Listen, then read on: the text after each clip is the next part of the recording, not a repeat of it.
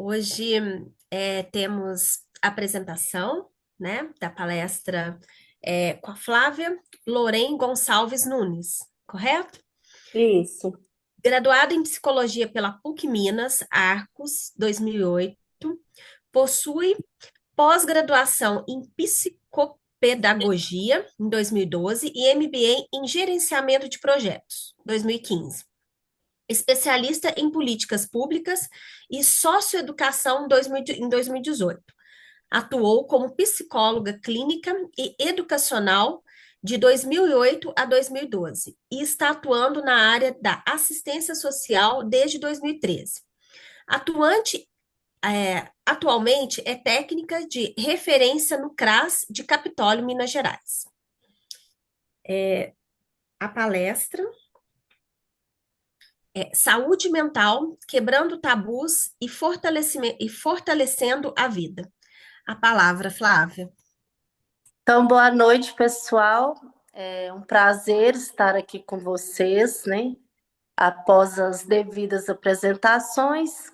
Então, é isso, né? Eu sou psicóloga desde 2008, atuando em várias áreas, né? De saúde, atualmente na assistência social já há algum tempo. E quando o Luiz me convidou, ele disse que vocês estavam pensando, né? Em fazer algumas reflexões sobre o dia de hoje, que é o dia da psiquiatria. Aí então eu disse para ele que eu não sou formada, né, em psiquiatria, mas que pensando, né, nesse link da psiquiatria com a psicologia, nós poderíamos falar como um todo, falar sobre a questão da saúde mental. É, eu percebo que atualmente é um tema que cada vez vem tomando mais relevância, diante mesmo dos desafios que a nossa sociedade, que o nosso viver em sociedade a cada dia tem nos colocado. Então, eu penso que muito se fala em saúde física, pessoas quando adoecem, eu costumo fazer a seguinte analogia: quando as pessoas se machucam, têm uma queda, fraturam alguma parte do corpo, elas procuram um médico. Né? Ninguém acha estranho uma pessoa procurar um ortopedista, ou procurar um dentista, ou procurar um médico, né, relacionado às questões físicas. E quando a gente quebra por dentro? E quantas vezes na vida a gente se quebra por dentro?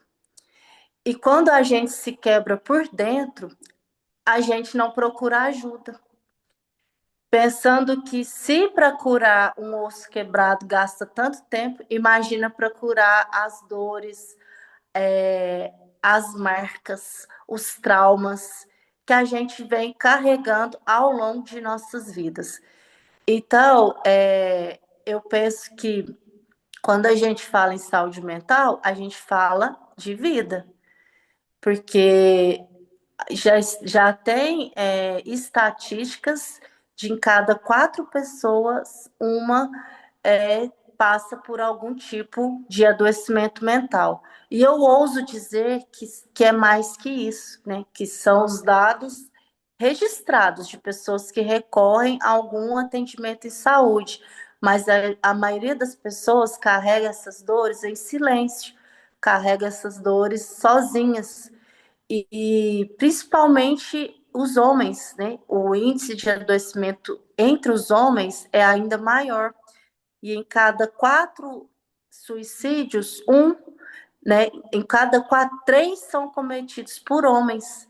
Então, eu penso que a gente tem que pensar, enquanto sociedade, o que está acontecendo, que as pessoas estão adoecendo, caladas, carregando pesos, carregando marcas, carregando dores, e com certo preconceito em pedir ajuda. Quando alguém diz que está com depressão ou que tem um quadro de ansiedade, as pessoas às vezes falam: ah, isso é frescura, isso é falta de fé, isso é você está sendo fraco, né? Isso é mimimi. Só que a gente tem que passar a reconhecer que os transtornos mentais estão na linha do físico, estão na linha da doença, da patologia. E como tais, eles devem ser tratados, né? Então, a gente tem aí a psiquiatria, né? Que foi o Luiz me perguntou. Como que a psiquiatria, qual que é a diferença, então? Qual profissional que a pessoa deve procurar numa situação em que ela se sente deprimida, ansiosa, angustiada? É o psiquiatra, é o psicólogo, é o psicanalista. Então, assim, são tantos nomes, né? Eu mesmo tenho formação em psicopedagogia, em psicanálise, né, que eu nem coloquei, mas que é a minha abordagem teórica, mas aí a pessoa nem sabe qual profissional procurar. Eu brinco que é assim, ó, o psiquiatra, ele vai tratar o sintoma. Por exemplo, a gente pode comparar da seguinte maneira: quando a gente tem uma febre muito alta, o que é a primeira coisa que a gente tem que fazer imediatamente? O antitérmico, porque a gente precisa resolver esse sintoma, a gente precisa baixar a febre, que é o mais urgente naquele momento. Então, os sintomas no campo da saúde mental, eles são tratados através da medicação. E quem vai prescrever medicamentos é o psiquiatra. Então, historicamente, a psiquiatria ela está relacionada a questões e transtornos mentais mais severos, né?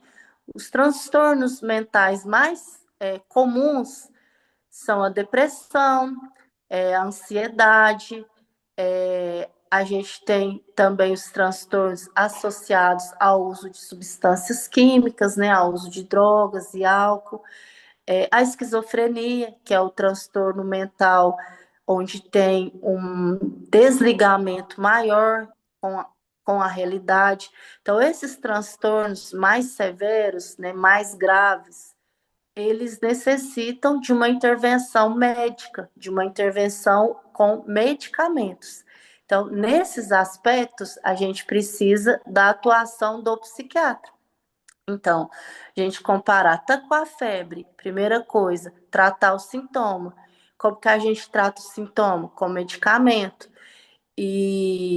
Mas se a gente não observar a causa dessa febre, o que está causando essa infecção, a pessoa nunca vai deixar de ter a febre, né? A pessoa vai usar antitérmico, no outro dia a febre vai voltar. Vai usar antitérmico, no outro dia a febre vai voltar. Em termos de saúde mental, é dessa forma. O psiquiatra, ele vai dizer, né, de um tratamento de um sintoma. Mas se a gente não se aprofundar quais são as causas desse adoecimento, esse sintoma, eu falo que é igual um dique, ele vai se acumulando, e de alguma maneira ele vai sair, ele vai vazar, ele vai escapar na vida desse sujeito. E como que a gente, então, vai conseguir se aprofundar nas causas desse adoecimento? É através da terapia, é através da psicologia, é através do acompanhamento com o psicólogo. Então, por isso que a psiquiatria e a psicologia caminham juntas nesses tratamentos, porque é necessário tanto a intervenção com medicamento, como essa intervenção mais profunda, essa intervenção que vai identificar de onde vem esse sintoma. E muitas vezes esses traumas que a gente carrega, eles dizem lá da nossa infância. Às vezes eles dizem de questões que a gente nem tem conhecimento delas conscientemente. E o trauma, ele é uma ferida, ele é uma dor, ele é um machucado, por assim dizer. E a gente vai construindo a nossa vida em volta desse trauma, como uma cicatriz mesmo. E eu penso que para a gente tratar um machucado, muitas vezes dói. Muitas vezes, quando a gente inicia um tratamento, por exemplo, que a gente tem uma inflamação, no primeiro momento vai causar dor. Então, por isso que a terapia, né, ou o processo de trabalho em análise, ele é um processo que às vezes ele ele dói, ele traz desconforto. Por quê? Porque para a gente sair da nossa zona de conforto é preciso um desconforto. Só que o que a gente pensa que é uma zona de conforto não necessariamente é, porque essa zona de conforto é onde a gente se acostumou a estar. Então, eu acho que quando a gente fala em saúde mental, né, a Organização Mundial de Saúde fala que saúde mental não é somente a ausência, né, de doença, é também a pessoa conseguir ser produtiva e lidar com as adversidades, lidar com os problemas, lidar com as dores. E uma preocupação que eu tenho hoje em dia é que como que a gente tem que ter cautela na forma também que a gente acessa as medicações. Hoje em dia, as pessoas têm o hábito de tomar um medicamento para dormir, né? Tem alguns muito comuns, né? Muito usados. Logo que acordam, um medicamento para, né, para ansiedade ou para depressão. Ao longo do dia, vai tomar, às vezes, um medicamento para regular o apetite, ou depois para ir na academia. Então, assim, a gente está vivendo com base também no artificial, né? A gente quer um alívio imediato para nossas questões. Só que não necessariamente a gente não possa passar, né, atravessar. Eu acho que a grande questão em saúde mental é como a gente consegue atravessar os nossos desertos, as nossas dores. Porque, como a Organização Mundial de Saúde pontua, não quer dizer que a gente não vai ter tristezas, não vai ter dores, não vai ter angústia, não vai ter decepções. É o que a gente é capaz de fazer com a nossa história, como que a gente é capaz de reescrever a nossa história, apesar das nossas dores, apesar das nossas tristezas, apesar das nossas angústias. Tem um psicanalista que ele é muito famoso, né, que é o Lacan. Ele diz uma frase que eu acho que ela é muito importante, assim. Ela diz que a angústia, ele diz que a angústia é um afeto que não mente. O que, que ele quer dizer com isso? Quando a gente está angustiado, que tem uma coisa que está angustiando muito, que está doendo muito, é porque está apontando um norte para onde a gente precisa promover uma mudança, para onde a gente precisa se mover em direção a algo diferente. E não, às vezes, buscar só o anestesiar. Por isso que o uso de substâncias químicas eles tem aumentado de forma cada vez mais exponencial. Por quê? As pessoas buscam uma anestesia, né? Com a droga, com a bebida, com as compulsões, né? Seja com a comida, com compras, com sexo, com as redes sociais, que é o novo vício, né? O vício do momento.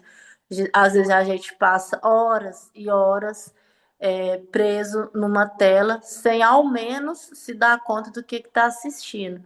Então, quando a gente anestesia, a gente faz igual eu disse, quando está machucado, a gente vai só tampando, né? Tamponando aquela inflamação. E isso, cedo ou tarde, vai vazar, como eu disse. Aí é onde que a pessoa às vezes vai ter uma depressão, onde a pessoa às vezes vai ter uma ansiedade generalizada ou desenvolver inúmeras outras síndromes, inúmeros outros quadros de transtorno mental. Por quê? Porque veio carregando a vida inteira dores, carregando pesos, carregando mágoas, carregando traumas, que em nenhum momento a pessoa parou para olhar para isso, para olhar para a sua angústia, para olhar para a sua dor.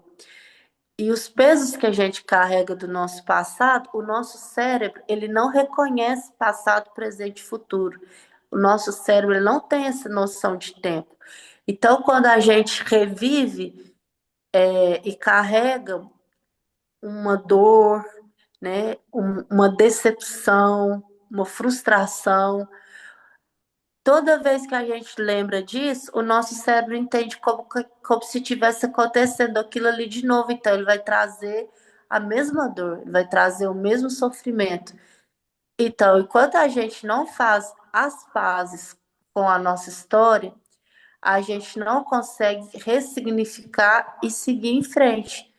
Então, é onde que a importância, né, de buscar ajuda, de buscar tratamento, de buscar profissionais que estejam qualificados para ouvir, que estejam qualificados para reelaborar tudo isso que a gente traz, né, na nossa vida.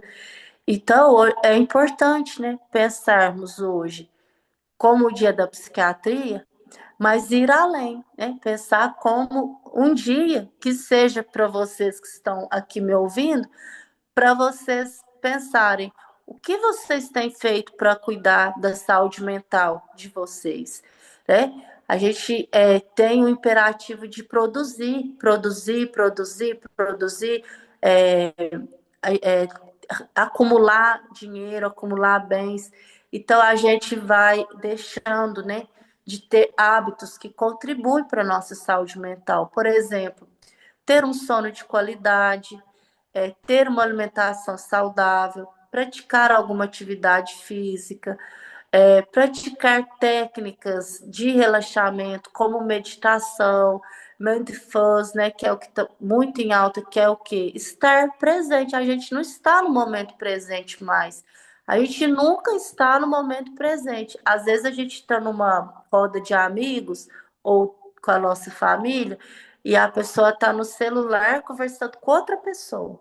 Aí, quando ela tá com essa outra pessoa, ela também não tá conversando com ela, a gente tá conversando com uma terceira pessoa. A gente está, às vezes, comendo e tá pensando no que vai fazer logo em seguida. Mulher, principalmente, é desse jeito, né?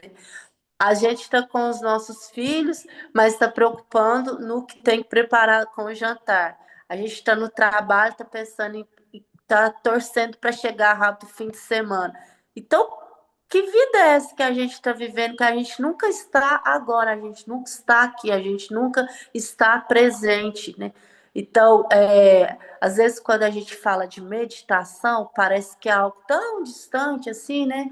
Tão inalcançável, mas a gente estar presente, a gente está alimentando, está sentindo o gosto da comida, está concentrando na alimentação, está, sei lá, praticando uma atividade, cuidando dos afazeres domésticos, estar ali presente naquele momento, e principalmente, né, quando a gente está com as pessoas que a gente ama, a gente conseguir se conectar com essas pessoas. Então, estudos também demonstram que a espiritualidade ela traz benefícios também para a saúde mental. E quando eu digo espiritualidade, não necessariamente é uma religião específica, né? Mas buscar conexões com algo, né, que esteja além da matéria. Então, é isso, né? São hábitos que a gente pode ir desenvolvendo ao longo do dia para que a gente consiga, né, se conectar com a gente mesmo, se conectar com as pessoas que estão ao nosso redor e conseguir, né, garantir que a gente tenha mais qualidade de vida.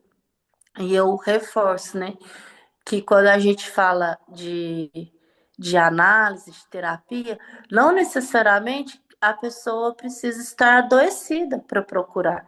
É um processo da gente se olhar. Eu falo que a gente tem muitas sombras, a gente não é composto só de luz, como tudo na matéria, né? A gente é aquele símbolo yin e yang, a gente tem um pouco de luz e a gente tem um pouco de sombra.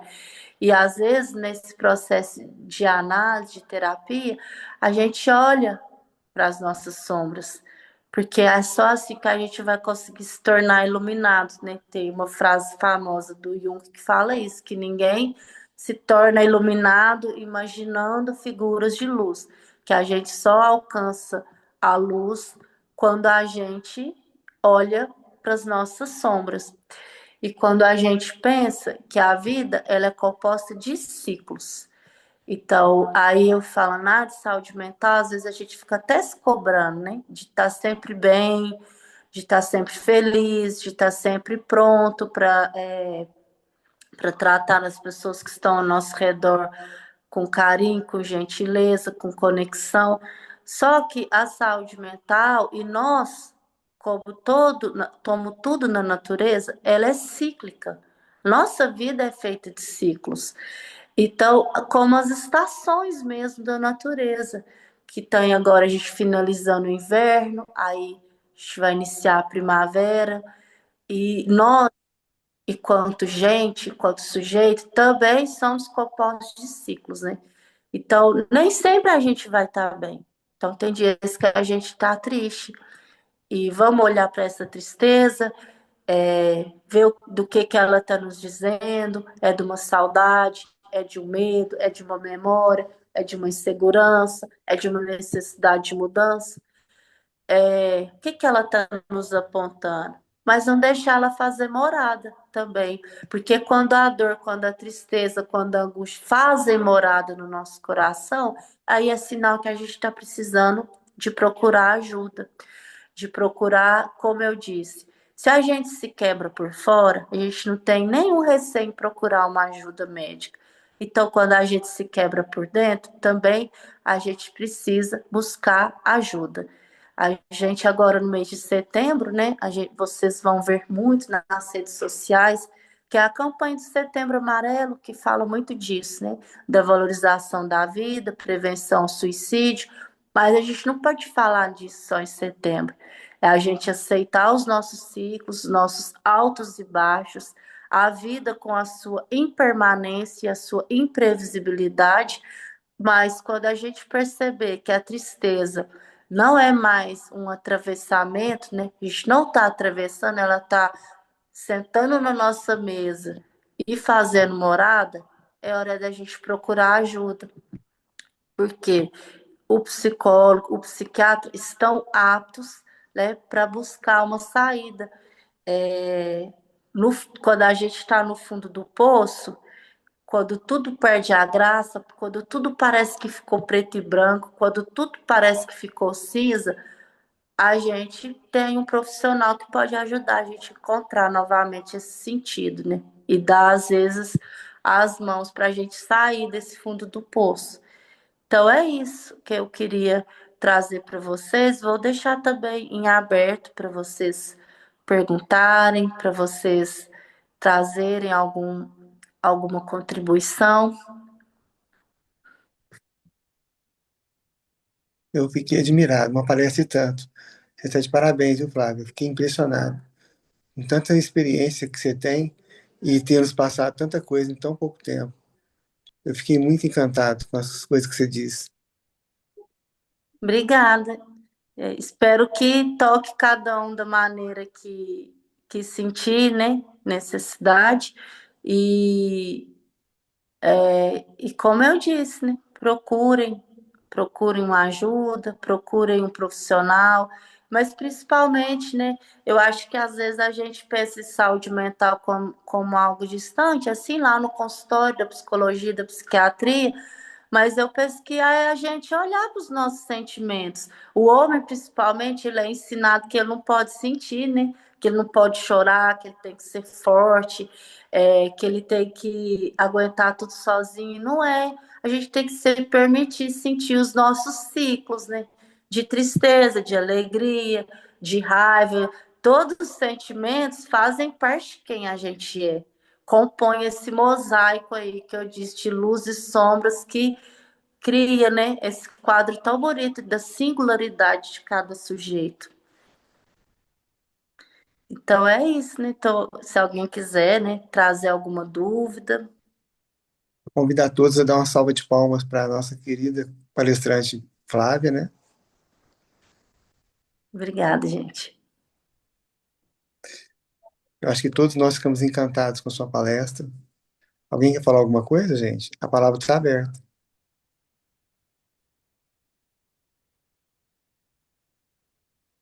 Flávia, parabéns pelas suas palavras tão profundas e significativas para todas nós, para todos nós, né?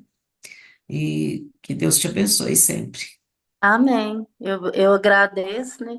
Espero que as minhas palavras sejam sementes de bondade, de luz para cada um aí que às vezes está aí caladinho, mas foi tocado de alguma forma. Sim.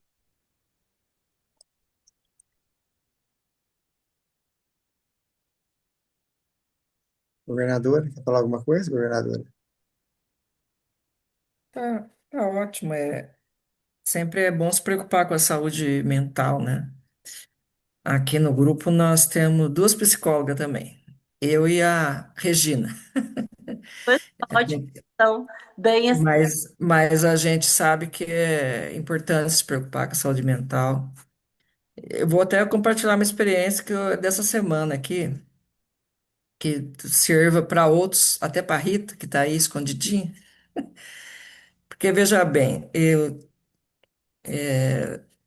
eu tenho meus filhos e talvez outros que tenham filhos aí que às vezes você não entra num acordo com eles e não entende as coisas, né? Porque ah, só agora que estão falando sobre autismo, TEA, TDAH, aí eu tenho quatro filhos, então agora descobri que tenho dois filhos, um com espectro autista nível um e um com TDAH também nível um e com alguns traços de autismo. Então, às vezes, você não entende o filho não te entende, e você fica pelejando, né? Quando eu estava na faculdade, eu já estava desconfiada, mas só agora que a gente fez os testes e ficaram prontos essa semana. Então, agora os filhos se entendem melhor e eu entendo eles melhor. Aí, se eles têm isso, 50% dos filhos estão assim, eu estou até achando que eu também, meu esposo, precisa fazer um teste aí, porque. Mas a gente lidou de outra forma, né? Digamos assim, a gente se adaptou mais e eles têm que se adaptar também, né? Então, agora a gente tem. Quando a gente tem um diagnóstico, fica mais fácil, né? De você se conhecer melhor e procurar ajuda de uma maneira mais direcionada, né? Porque a gente já filtra um monte de coisa que você não estava compreendendo, pelo menos agora você tem um caminho, uma outra opção, que até o mês passado a gente não tinha, agora tem uma opção, que saiu a avaliação psicológica lá.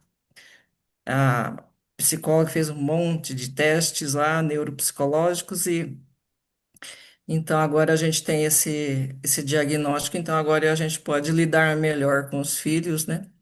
E realmente são mudanças também que estão tendo agora e que, de certa forma, é como se rotulasse, mas não, é uma outra forma de estar no mundo, na verdade, né? E a gente tem que compreender essa outra forma de estar no mundo, onde os filhos têm implicação com o som, tem implicação que estar com outras pessoas, é antissocial, não arruma as coisas direito, fica desorganizado, muitas vezes não é preguiça, não é dificuldade mesmo interna que hoje é compreendido aí pelo DMS, lá, o livro lá das doenças, que já está caracterizado lá o que é o espectro autista, o que é TDAH. Então, hoje em dia, a gente tem que orientar os pais e outras famílias para procurar esse tipo de ajuda também. Então, eu aconselho, né, procurar um neuropsicólogo para fazer os testes com os filhos, caso você não está achando nenhuma solução em outro lugar. É isso aí. isso. Obrigado por trazer esse tema aqui, viu, Flávio? Obrigado aí, o Luiz também. Obrigado. Seja sempre bem-vindo, Flávio. Tá bom, eu que agradeço pela oportunidade, tá bom? E é isso, precisando a gente tá aí. Rita, quer falar alguma coisa, Rita? Não agradecer, porque eu peguei muito, deu para ouvir a palestra dela toda. Eu estava voltando das fraldas, que hoje tinha pouca gente lá trabalhando, então atrasou. Mas deu para ouvir a palestra todinha, foi muito boa mesmo. E Obrigada. falar para a Carmen que a dica que a Carmen deu também do neuro, a gente já marcou consulta já. Só que ele não pôde atender, teve um imprevisto e remarcou a consulta. Mas é importantíssimo, seu trabalho foi muito bom. Muito obrigada, viu, Flávia? Imagina, eu que agradeço, pessoal, pela oportunidade. Eu que agradeço.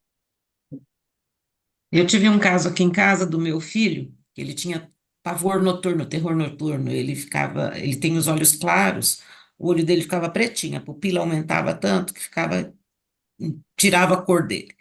E muita gente ficava colocando comentários, fazendo comentários, porque ele sempre foi muito agitado.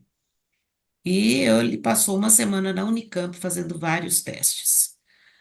Ele tem o índice dele de inteligência é acima da média. Então, a sensibilidade dele é maior. E todo mundo achava que era coisa da mãe, né? A mãe que tem coisas aí. E ele realmente sempre foi muito arteiro, ele descobridor do mundo, né? E deu muito trabalho.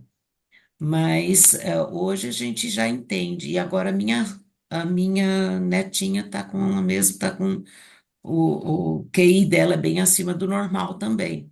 Então, eu acho que vai sendo uma coisa, inclusive eu falo, a gente não pode também, para criança, abrir muito sobre isso, porque eles vão se achar muito especiais. A forma que eu conduzi com o meu filho foi dizendo que ele tinha que entender que nem todos tinham a mesma facilidade que ele de aprender e que ele poderia ajudar os outros de uma forma que ele iria também estar se ajudando, porque ele ia reforçar o que ele já sabia e ajudar o outro que não sabia, estava com dificuldade de aprender alguma coisa. E com isso, hoje ele é uma pessoa super preocupada em ajudar os outros. Talvez eu tivesse exagerado, Uhum. mas é uma questão assim de ele não podia se sentir tão diferente. Ele tinha que usar aquilo que ele tinha de bom, acima, né, da média, para ajudar os que não têm. E ele se deu bem até, ele é um excelente profissional, ele tem um excelente relacionamento com as pessoas. Então, a gente entender e não fazer disso um drama também, porque as pessoas dramatizam muito ao redor da gente. Eu não só falar, entra por um ouvido e sai pelo outro. Eu quero o melhor para ele e quero que ele se socialize. Eu não tinha aqui, igual a psicóloga lá de Campinas falou, ele teria que frequentar uma escola especial para pessoas que têm mais dotadas, né? Falei, eu não tenho, em Três Corações eu não tenho como fazer isso. Ele vai ter que se adaptar à nossa realidade, com ajuda, a gente dando assistência, mas vendo o que ele pode fazer para ser um bom ser humano. E eu acho que deu certo. Bacana. Isso, Ah, são dois relatos muito importantes, né, para a gente fechar e pensar nessa questão mesmo da importância dos profissionais. As altas habilidades, né, estão sendo muito estudadas agora, o TEA, né, que é o transtorno de espectro autista, e o TDAH. São as três condições, né, neurodivergentes que, como vocês, né, estão dizendo, não é sobre rotular, mas é sobre, a partir do momento que você compreende que esse cérebro funciona de uma forma diferente, você compreende também estratégias, né, para lidar com essa criança, com esse adolescente, com esse jovem. E, então, você abre um leque tanto de possibilidades, né? E as altas habilidades de superdotação, elas se confundem muito com o transtorno de espectro autista também. Exatamente por isso, pelo muito, né? Então, assim, ele é alta habilidade na questão cognitiva, só que também é uma pessoa muito sensível, ele Uhum. é muito, né? tudo presta. Como você mencionou a questão de estímulos, né? De luz, de som. Então, ele é bem assim, ele anda às vezes bem próximo é bem confundido, se às vezes com o autismo, né? Mesmo porque o autista também, ele pode desenvolver altas habilidades em algumas questões, né? Então, É, daí do profissional que vai estar acompanhando e traçando uma estratégia, né, única para essa criança. sim.